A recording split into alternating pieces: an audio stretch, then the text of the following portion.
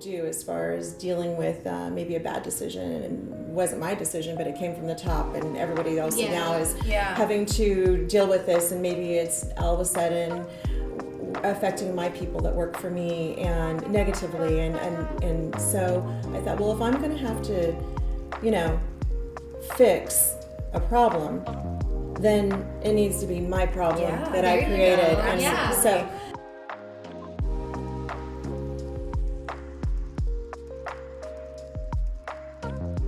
Hello and welcome everyone to episode 20 of Yellow Colored Glasses. Just like always, we are going to start off with a review for you guys. This one comes from Amanda D. They are the go-to agency. They will take care of all of your insurance needs. We have multiple policies with them, and they shopped around to get us the best deal on all of them. It doesn't matter which agent you get because all 4 of them are awesome, now 6, at quickly answering any and all of your questions or concerns. We switched in October of 2021. 2021 is when we opened. And we have and still would recommend Warren and Mount's agency to everyone. Thank you, Jake, Michaela, Amanda, and Dustin. You guys are awesome. Thank you so much, Amanda. Thank you. That was a really good review. Amanda D, thank you. Thank you, Amanda, for reading. Thank you, Amanda D, for the review. Thank you, everybody. All Amandas involved. So today, you guys, on our episode, we have the owner, Lisa Hoffman. Yep.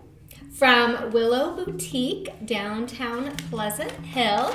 So if Lisa, you just want to tell us a little bit about yourself, your history as far as what brought you to opening a boutique, those kinds of things. If you just want to take it away, and we'll go from there. Yeah, absolutely. Thanks for having me. This is fun and different and outside of my comfort zone. So I thought, I'll do it. Yeah, absolutely. I kind of put her on the spot when I showed up and asked. And I tell people, I've told a couple people, and they're like, why did you agree to it? And I'm like, because it's, I want to stretch myself. So, but anyway, so it's fun. And I like you. You're great. You're one of my loyal customers. So as far as myself, I opened Willow March 4th of 2020. So right before all the COVID, we were hearing about it, but would it really come to the U.S., And so we were open 10 days and closed down. So it was an interesting time. As far as my background, I was a district manager pretty much my entire adult life. Ever since I was 18, I was working in retail, but I was store manager of a store like 19 and moved into a DM position really quickly. And I'd always done that and run multi-store units and worked with, clothing and knew the process. And it was just one of those things where I always wanted to have my own business. And growing up, my dad owned a business. And so I knew small business as far as what it took. It takes a lot of grit, and it's not easy, and it's not for the faint of heart. No. It's a roller coaster ride, just like they say. And one day you're feeling really, really amazing, and God, I'm so smart. Oh, I was such a great decision. And then the next day you're thinking, oh my God, I'm so stupid. Like, why? What is wrong? And I have no idea what she's talking about. I wish I didn't know what she was talking about. That was totally a joke. There are definitely days where, feel really dumb. And then I just keep reminding myself, well, I felt this way before. And then the next day something great happens. Mm-hmm. It could be a review like that from Amanda. It could be, all of a sudden you have an amazing day and everybody comes in and wants your services, right? Yeah. So, so I'd always wanted my own business, and, I was 50 years old when I made a change. I'd been at my company for over 20 years. Wow. And, that's awesome. Which seems really old to be making a change in life, but for me, I kept thinking, I don't want to do that for another 15 years, and I've always wanted my own business. Like, what am I waiting for? Is someone going to hand me something? So I have to do something about that and make a change. And so that's how, probably about 2018 is when I really started putting things in place of, I'm serious about this, and probably like late 2018. My mom had passed away, and so just in that time, you do a lot of reflecting on growing up and learning more about my dad opening his business. Inspired me because I kind of found out when she was sharing things like he was a risk taker. I never knew my dad to be a risk taker, but she shared some stories that were, I thought, wow, oh my gosh, I can't believe, my dad did that. Cool. And I thought, well, I've never really, have I taken a risk in my life? I don't really think I have. I've been very calculated and, as far as what I wanted to do, and I was patient, but I thought, well, this is the time. This is your time. You're never going to have this chance again. So, that's kind of... Props to you. Absolutely. Because, I think about my mom. No offense, Mom. But just taking that risk at an age that you're closer and closer to retirement. Is it worth doing that now? But it is. Because it's something you've dreamed of doing, and it's that risk that you took. So give yourself a pat on the back for that. Whenever you're talking about dreams and stuff like that, I feel like it's always worth it. And to piggyback off of what Amanda was just saying, before starting this, I was in dentistry for 7 years, and I feel like that was kind of a, switching gears. And so to go, from being with a company for 20 years and into owning your own boutique, kudos, props, a round of applause. That's amazing. Yeah, it's, and I think for anybody, it's something that, we're being 50, like you said, I'm only 15 years away from being done. Right. But, you think that's a long time still, right? Really I was like, is, I'm not that close to it. And so you think, well, I really can't afford not to. I want to be happy, and, I want to really love what I'm doing, and I love the people I worked with, but, it was a really stressful job. And so I kept thinking, well, I don't mind stress, but if I'm going to have to do some of the things that we were having to do as far as dealing with maybe a bad decision, and it wasn't my decision, but it came from the top, and everybody else now is having to deal with this, and maybe it's all of a sudden affecting my people that work for me and negatively, and so I thought, well, if I'm going to have to, fix a problem, then it needs to be my problem that I created. And so, it's just I can't afford not to. I'm going to do this. So. Yeah. So are you actually from Pleasant Hill?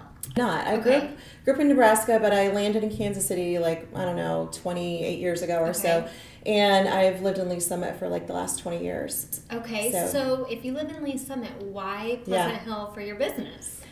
Everybody asked me that. So, initially, first off, I thought, okay, Lee Summit, but there are a lot of boutiques like mine, and I don't know, things happen for a reason sometimes, and things were just kind of stacking up as I was formulating my business plan, and location was one of them, and I had something click in my head one day, and I thought, well, why am I not looking at a smaller community?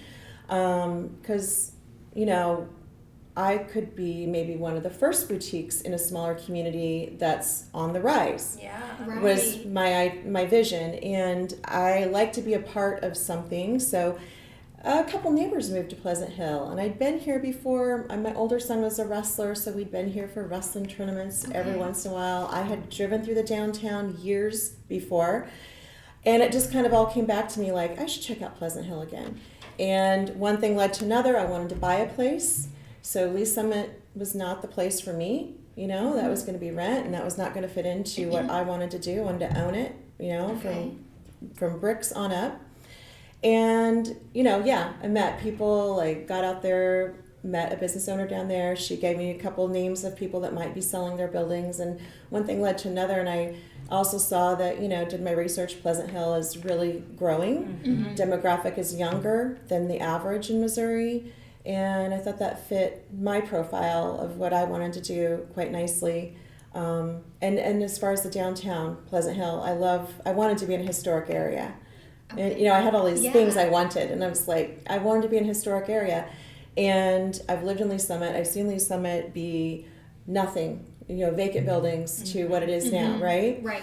And I thought, well, I knew that Pleasant Hill was also doing the same program as Lee Summit, and I thought, well, this would be really exciting to be a part of that growth. Yeah. Because those are the things that I thrive on, is change and growing and teaching, and it's what I did in my old job, but I still, I don't know, like collaborating, and so I thought, well, this is great, because then I can get on a committee, or I can do this or do that, or whatever they need me to do, I'll do it, because I'm just that dumb sometimes. That's amazing. No, that's awesome. That is awesome. It's actually really nice to sit down and talk to you and hear these things, because I had no idea. I mean, I've been in the store several times, but I had no idea. So I know over the last year you moved locations, correct? Yeah. Oh, I didn't know that. Yeah, so when I first started out, I was on Wyoming Street, right next to the museum. And that was, I purchased that building from somebody in town, and we became friends. It was, so that is another thing about Pleasant Hill, is it reminded me of home. And so it just felt right. Like, I grew up in a town of 1,000 people, so Pleasant Hill is actually much bigger than what I ever experienced. But the people are the same, and I think that's what's really unique too, is everyone here is so nice. It does remind me of being in a really small community. I always joke with a lot of you, as I learn your family trees, I'll see you come in with somebody, and then they'll come in with someone else, and I'll find out you're all related. Like, so, it's fun, and I really have enjoyed these 3 years. Some of my customers have had babies, and they come in and they tell me they're pregnant, or they show me the baby, and they're a grandparent for the first time, and it's really what kind of like warms my heart. And this sounds really like gushy, but it's what I needed and wanted as a reason to make a change, to be a part of something different than I had been. But so I opened up over there and grew out of the space. Really, it was a little bit too small. Didn't have enough fitting rooms, and didn't have a nice bathroom for my customers, and people were starting to drive to Pleasant Hill to come to my boutique. Well, they need some nice things, and so luckily something came available across the street, and I was able to purchase it, and we redid it, and now we're over there. Wow, that's a fast transition. I mean, only in 2020 to start, and then to start off in one building. Now you're in another one. I mean, that's amazing. Well, it's scary, because I did move quickly on all of that, because I knew I needed to. Yeah. Because I wanted to be in Pleasant Hill, and I felt like if I didn't put the pedal to the metal on purchasing that building, it fit what I needed perfectly, and so the value was there for me. And I felt like if I didn't move quickly, then somebody else would, and I would, I wouldn't be able to grow my business like I wanted to. And so it's really scary, because it's not paid for. And you never know what's gonna do, or what's gonna happen. You don't. And to go back on what you just said about being gushy, I feel like insurance agents can particularly relate to this, because we're so heavily involved with life changing decisions. Yes. Buying a house, buying a new car, you get married, and it's so fun to watch your clients' lives unfold, and to kind of be a part of this. Someone comes in because they're going on a date, and they're coming in to buy a new outfit or something. It's so fun to be involved in people's lives like that. It's funny you say that, buy a new outfit for a date or whatever. The first time I ever went in to your boutique was the night that Hunter had a show down at Legends. Okay, And I was like, it ended up being really cold that day, but I wanted something cute. So I went in, I was like, I'm just going to go check this place out. I've never been in there. And so, I mean, we talked that day, and you knew that's my only family connection in town, because I'm not from here. But you know that Hunter's my brother-in-law. So it was all because of something like that. So. Yeah. He's like a celebrity. I see his signs. And so, I don't know how we got on that conversation that day, but is Hunter, you're going to him? Because I'd seen it advertised, and I don't know. It is fun connecting, and getting to know people like that is what makes the job a lot of fun. So we obviously, we were talking before we started the podcast, and you said something about your purse. What are you doing with your purse right now? You're checking it? Are you like checking the integrity of it? Oh, I was joking. We have Dang, no. I totally thought you were being serious. I was going to be like, oh my God, that's amazing. I can be serious about it if you want me to. No. Whatever your It's a personal story testimony. It is a personal testimony. No, we have the same purse, and it's from Willow. And I was joking that I am testing the boundaries of how strong the clasp is and the stitching because I'm stuffing it. I mean, I totally misunderstood you. Okay, Yeah. I thought she was saying that she was like testing out this product to see if she wanted to sell it in her store, which then made me think, okay, maybe they're not the exact same purse. But you were I get it. I'm sorry. It's passing with flying colors. It probably weighs 10 pounds and it's about this big. Yeah, so yeah. It's a great product, great quality. Oh, that's funny. I was going to say something earlier and I completely lost it. So tell us more about the retail industry. We're in a little bit different industries. Obviously, we're in insurance, a lot of servicing. How does that process look for you? Like, what exactly do you do to bring in product? And what does that look like? Yeah, well, I'm still learning. I'm sure whatever I'm doing is probably not what. There'll probably be a boutique owner out there going, she's doing it all wrong. I mean, I came from, multi-chain, so all of our sourcing and distribution came from overseas, wasn't involved in any of that, but I know the life cycle, of what it takes. So for me, it was starting off at market. So, I go to market. Okay. I don't have to go to market, but, it's nice to go to market when I can to check out new vendors. There's so many vendors. I want to be unique. And, I want you to be able to find something at my boutique that you're not going to find somewhere else. But you will. Because, we all shop maybe the same vendors. And, so anyway, I try to be unique and I try to keep that in mind when I'm buying something. And I'll deliberately think, okay, this is a little different. And this is maybe a vendor that I haven't seen everyone else carrying. And hopefully they don't decide to carry it because But you just have to stay ahead of it and you have to keep changing. But, you just get to know the vendors and how it fits and does it fit for my customer. Okay, One of the things that I wanted to open a boutique because I love shopping. That's my hobby. I don't really have any other hobbies. Oh my God. And so, like my spirit animal. Yes. And you know what? I do say that to my customers because a lot of times, we as moms and wives, we feel bad because maybe we spent a little too much on clothes. I'm like, well, does your husband hunt? Does he golf? Because those are expensive hobbies. And for me, this is my hobby. So, I like it. It's what I collect. I love this right now because I don't really do anything. Like hobby-wise. Yeah. This is totally my argument. I don't have kids. But this is totally my argument to myself. Like the conversation that you're speaking out loud is the legit conversation that I have inside my head. I'm like, okay, you know what? Jake does this whole fantasy football thing. And he does this golfing thing. You know what? I feel like I can have a shopping thing. There we go. If it all works into your budget, and it makes you happy, you do it. If you don't like clothes, and you don't like like my sister-in-law doesn't really enjoy it, it's fine. She has other things she likes to do. Her daughters do, so my nieces.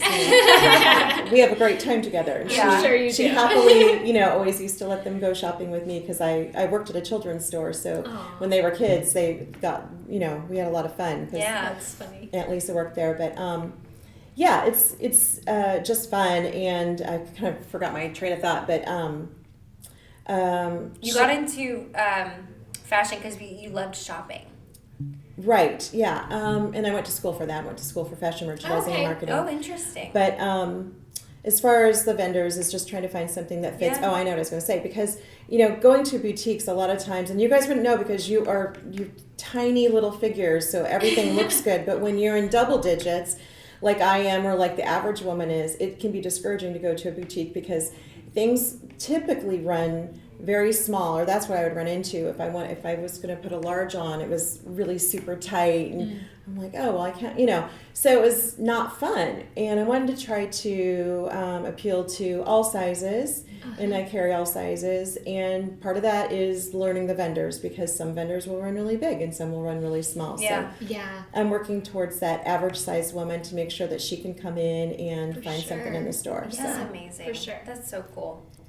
I love that. I feel like there's so much more awareness in sizing coming to fruition. I've heard of brands basically not cutting deals with like Dillard's and Macy's and big places like that, because if you're not going to carry all the sizes in one section, then they don't want to be a part of it, because they would put these sizes in this section, and then if you're this size, you go over to this section. No, all the sizes go in one section, and you carry all the sizes in that one section, and it's a testament. And I think that's so cool that that type of awareness and that type of conversation is happening. Yeah. It's hard to do. It's hard to do though, like even for a big box, because when you're trying to, in big box, there's struggle too, because if you see, they don't carry petites anymore, you maybe have to go online for talls or petites, because now the buying pattern with the customer is very much online. So you also have to be very careful that you're not stuck with inventory. If you go too broad with your assortment and too deep in your sizing, then now I can't get fresh new things in, because I've got all this product to sell. So that is really a challenge, is trying to, and I encounter that, because not every vendor will carry oversized. Sure. So I can't always get the same thing in all sizes. I love that. And I try to, when I can find a really, what I think is a really great piece that every single person's going to want, it's going to look good on everybody. And I try that. But then when that's not available, like I said, I know my vendors. If some run a little bit bigger, I know I can go to the left and get the small through the extra larges, and it's actually going to size up and cover more space. But it is a challenge. I believe because you can only carry so much in your store without taking a huge hit then. And you do see that in the big box now too, I feel like you're very knowledgeable about the products you have, which is basically what you're saying, is that when you go to these vendors, you're making sure you know how their products fit, because I know, like, there's been a couple times I've been in there and you're like, well, this runs a little bit big or this runs a little small. So you're able to help people figure out what size they need based on the product. And that's because you've done your research. Yeah. So props to you on that, for sure. That's important to the consumer. Yeah. To know if a product is running small or big. I mean, I'm sure you guys have all been online wherever, and it's nice to know, if it runs a little bit big. So absolutely. Man, so you say that one of your challenges is just making sure you're keeping your inventory good. What other challenges have you faced in your industry or with owning your own business? Obviously 2020 was an adjustment, I'm sure, but challenge-wise, what? Oh gosh, I mean, that's hard. So I will say, first off, strangely enough, COVID was the adverse effect for me, because we're in a county at the time that didn't require a mask, and so everyone flocked here to escape the mask. So our traffic was really, so for first year we had high traffic. And I can't speak for any other businesses, but I think probably everyone experienced that. And, then you definitely see, once things opened up a bit more and people could go in their own radius, 3-mile radius of shopping, then the traffic shifts a little bit. So that's a challenge, so where other people, maybe if you were in Jackson County, you had the opposite. No one was shopping, right? Right. So I was fortunate in that, and I'm glad that I didn't know there was going to be a pandemic shutting me down, because that might have held me back from opening, and it actually probably, I feel bad saying it, probably helped me, because people then learned who I was, because they came to Pleasant Hill, and they might have discovered me through a friend who'd also been shopping. So, so traffic is always going to be a challenge, I think, for any retailer or business. social media is a challenge for me. I'm in that age bracket where I'm learning it. My 9-year-old, I don't know how he does it, but he knows how he's coding and doing Coding. Yeah. That right there goes over my head. I Yeah. can click some buttons. I hardly but- even know what coding means.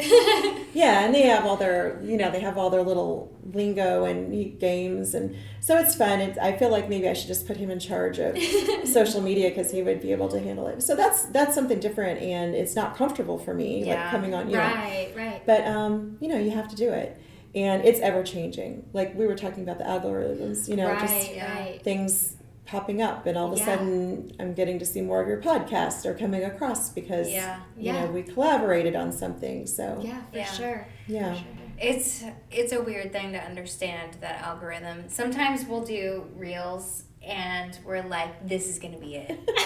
This is the one. This is the one that's just gonna, and then nothing happens. 5 views Flop. later. 5 views later, exactly. 6. Let's just say 6. The 6 of us in the office have viewed the. No, I'm kidding. Yeah, literally. Great. Yeah. No, 6 views. But then we'll make Some ridiculous. something dumb. And 5,000 views. This doesn't make any sense. No, no, I know. no one gets it. I don't. Yeah, I know. I agree with you. That's We so funny. used to. If there's a few business owners, we kind of laugh about. Well, I'm going to put a meme out today, and it'll get way more likes than any of my clothing has. But, it's fine. It's. But people are looking, and that's something too. I'm sure you probably run into this. People want to give you advice, right? And I'm still learning, and Right. and so you kind of go, oh well. Sometimes the likes, it's the Right, views. right. Yeah, I've learned. Okay, don't worry about the likes, but hopefully people are seeing it. Yes. That's what I was going to say. Go for it. And I honestly, we joke about the views, and we, Yeah. but I try to not even get tied up in the views so much, because I feel like you can confuse yourself with it, Yeah. and you can start comparing yourself to what this, so and so is doing down the block, and it's like, you know what?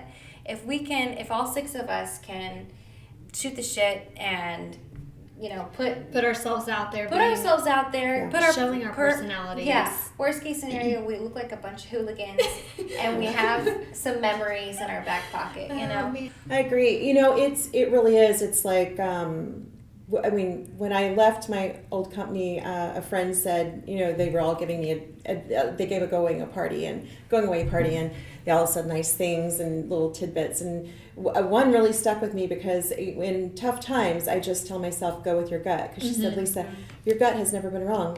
You have really good instincts, and just go with your gut. And I think you're going to do amazing. And that's kind of, you know what? You know what you're doing. You're confident in your knowledge, right? You guys know exactly what you're talking about, and you're really enjoyable people too. So why wouldn't I want to work with you or buy insurance with you? And go with your gut. Just do what you're doing, and don't overthink it. And I'm an overthinker, so Same. the The other thing I was going to say about like the social media aspect is whether people are stopping and actually reading or watching or whatever it is, they're seeing you. So it doesn't matter as far as, I think it was my microphone. Okay. It doesn't matter really what the content is necessarily, but when they think about insurance, for instance, hopefully they think of us. Right. Yeah. Like, oh, I remember these people. They're Yeah. an insurance agency, and I've seen their faces all over the place. Yeah. Sorry, guys. Yeah. No, Yeah. the people with the yellow and the black, and then they're always, That's exactly right. Yeah. So it's very parallel with retail. Is you can do something to put yourself out there, hoping to maybe drive traffic, say that night, but it doesn't happen, and you could easily say, well, that didn't work, I'm not doing that again. Right. Yeah. But what you don't know is the traffic that might be coming later. And so, you have to use your instincts, you have to maybe try it again, and, fine tune it, and it's just, it's a whole new stress, but it's welcome. I enjoy it. I love it. It's fun. I think I don't know how frequently you do like any kind of videos or reels, but we try to have fun as much as we can. It's on my list for 2023. There you go. Because I just Goals. Yeah. Goals. If you need a guest appearance to push you onto the frame, No, I know exactly where I'm coming. I'm coming we here. will Absolutely. nudge you right on there. Yeah, I know where to go now. That's so fun. So if you knew someone starting a business or had ambitions to start a business, what advice would you give them? Oh gosh, it's always such a great question. And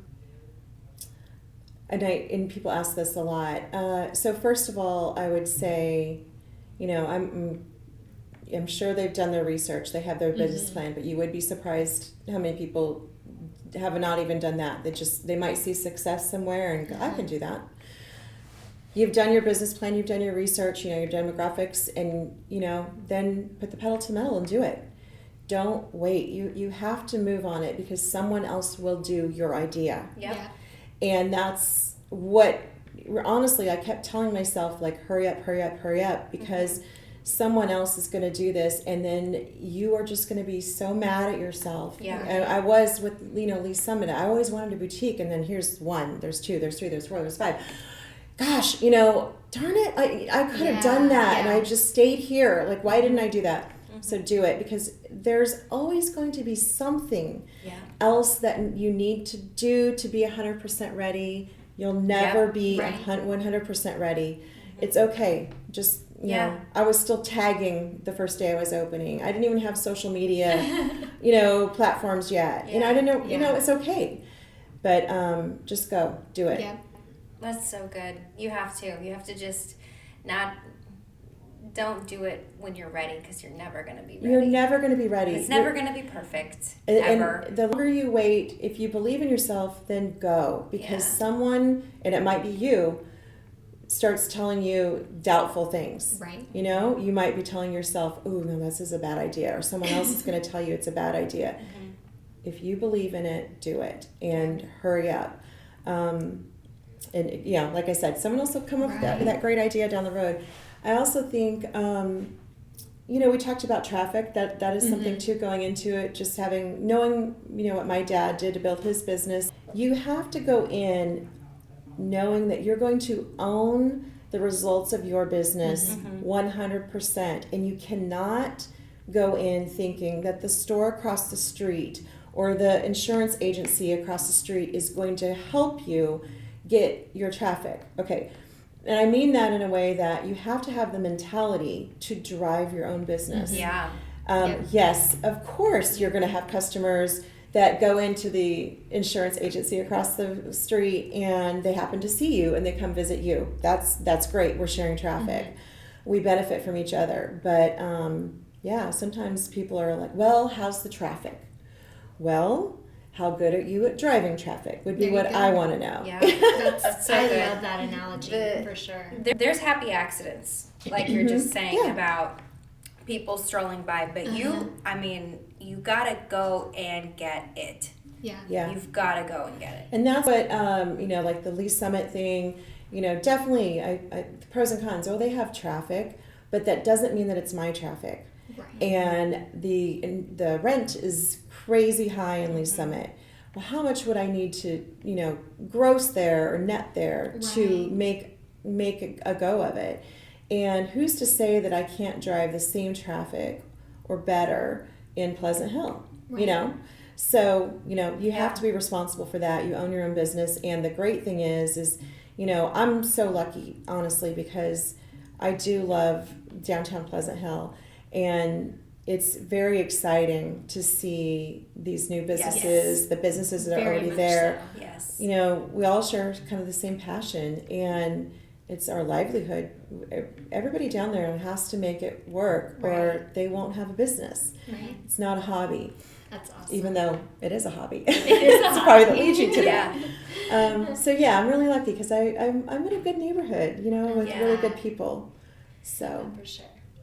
It's awesome. It's so true what you're saying, that all the responsibility being a business owner falls back on the business owner, the person doing the thing. And it can seem really daunting, I think, but on the very flip side of it, it's also very freeing.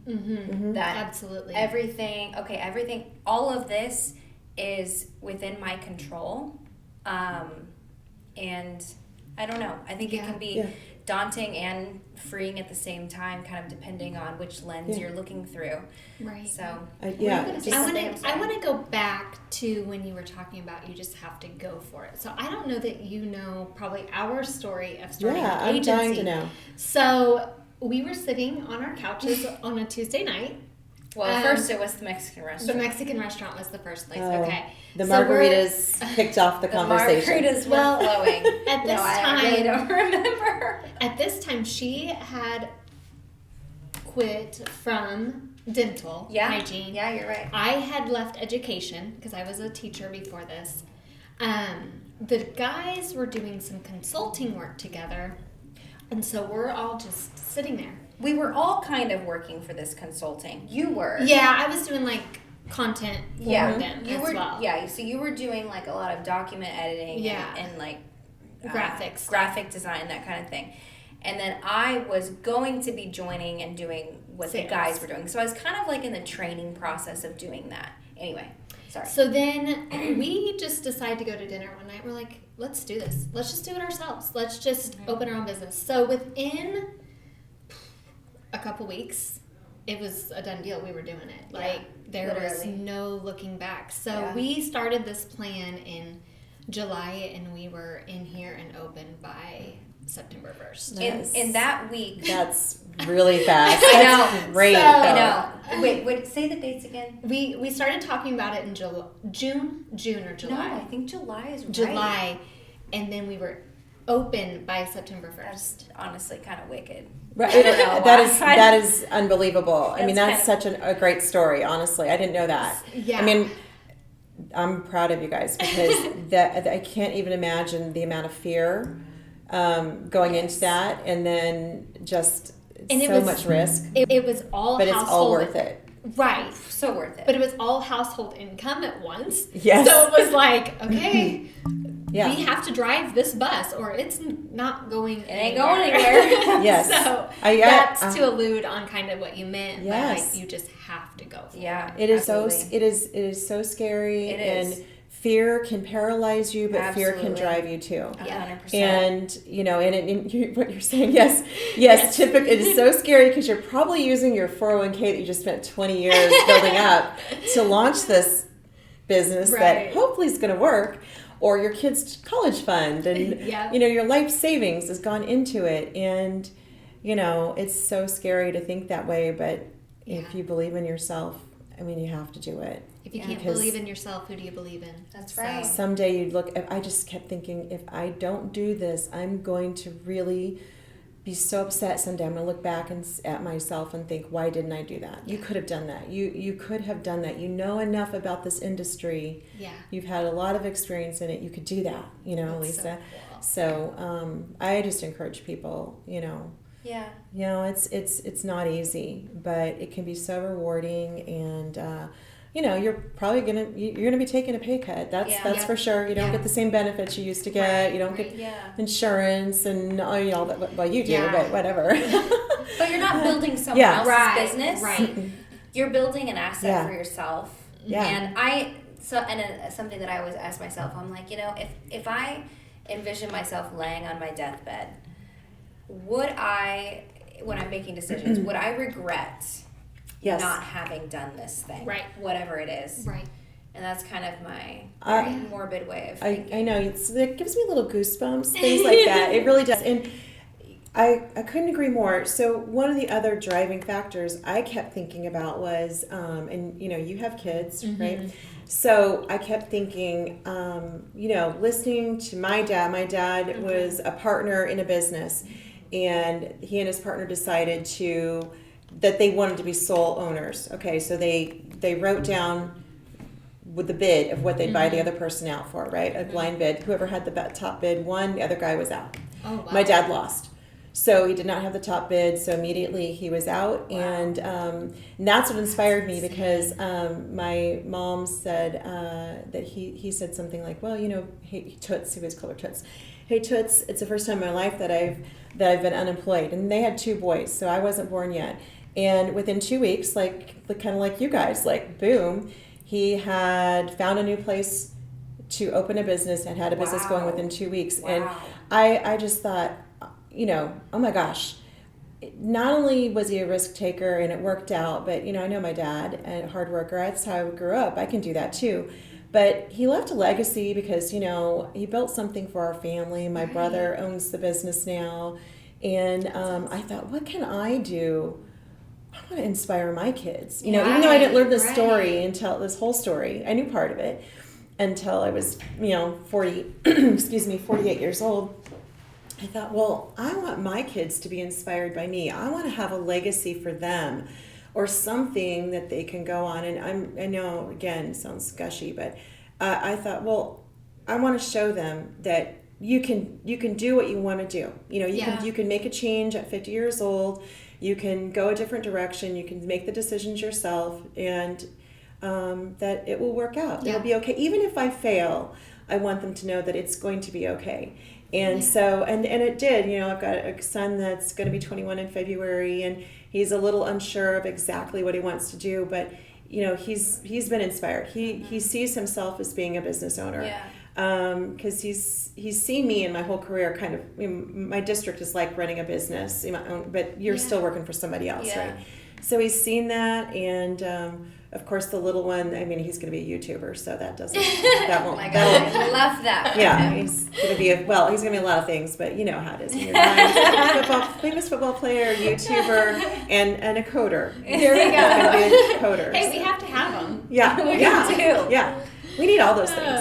So that was another thing too, is I don't want to look back at this and say I didn't do something that could really inspire my kids to change their life and pursue their dream, hopefully at an earlier age than I did. It's the only regret that I have. I didn't do it sooner.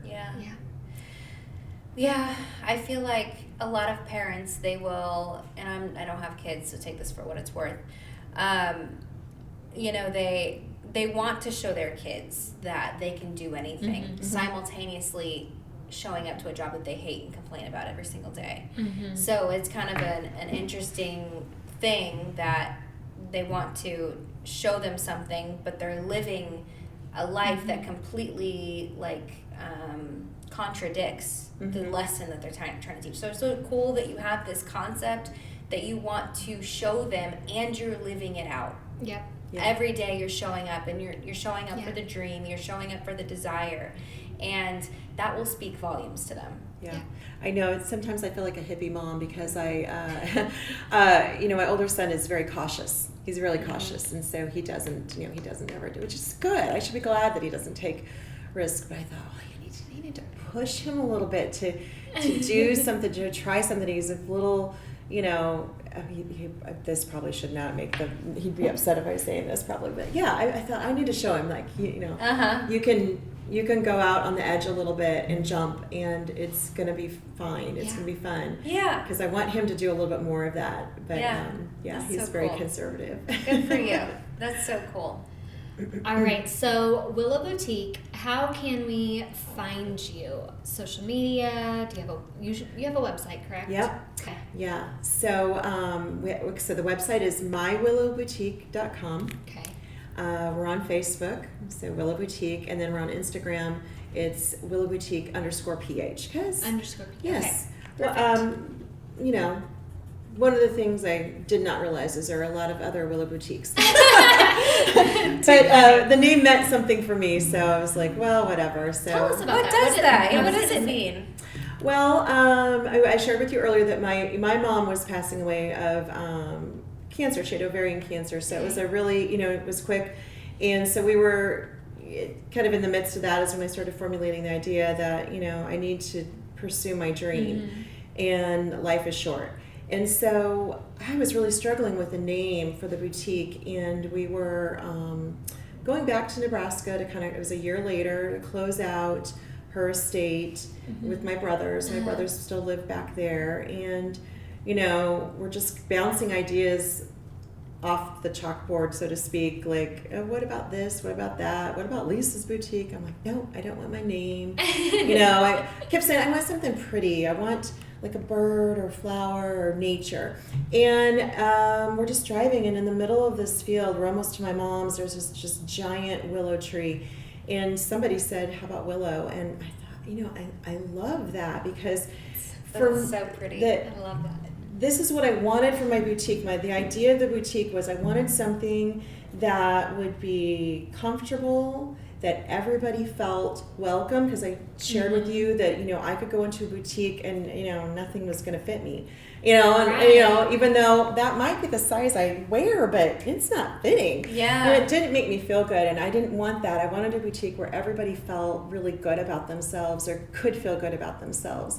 I wanted a place that you could say to Michaela, hey, meet me at Willow. Yeah. And you knew exactly what she meant. Okay, yeah, meet me at Willow. And so that's kind of a little bit of my tagline, is meet me at the Willow. Oh, I love that. I want you to feel comfort. I want it to feel like this is a great place to be and to socialize with my, just sitting underneath the willow tree with my friends.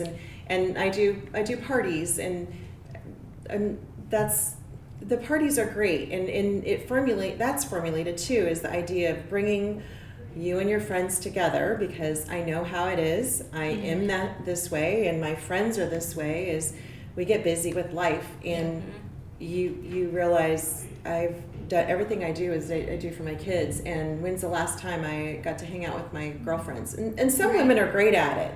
They make time for it, and I just not. And I know that my friends aren't either, because if I'm the one who's coordinating it, then I know they're bad at it. Yeah. So I thought, well, let's do parties, because then, if you like to shop, you come down, you can shop for clothes, but you get to connect with your girlfriends, or maybe it's a family members.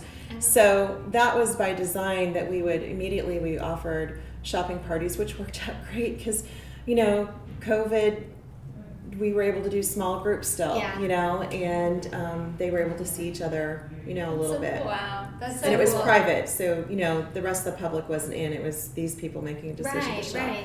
So yeah, I wanted something that, and it worked, because Willow is definitely like a gathering place, and I think if you look it up, it stands for strength and courage, and That's so cool. it's flexible, but yet it's strong, and that's how I feel as a mom and as a leader. So that fit perfectly. Yeah. Perfectly. So awesome.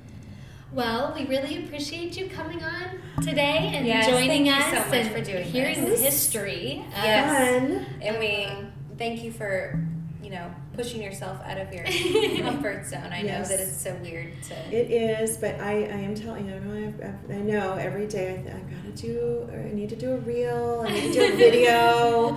Yeah, and 2023, I promise you 2023, if not sooner, it's almost here, I will get going on that. There you We'll go. be accountable to that. There you go. That would help. We'll We'll just show up. We'll just show up and say, we're all here right. to do a reel. I already have anxiety. Now I was thinking of Too funny. lock the door if I see Oh, you. man. Yeah, right. They're coming.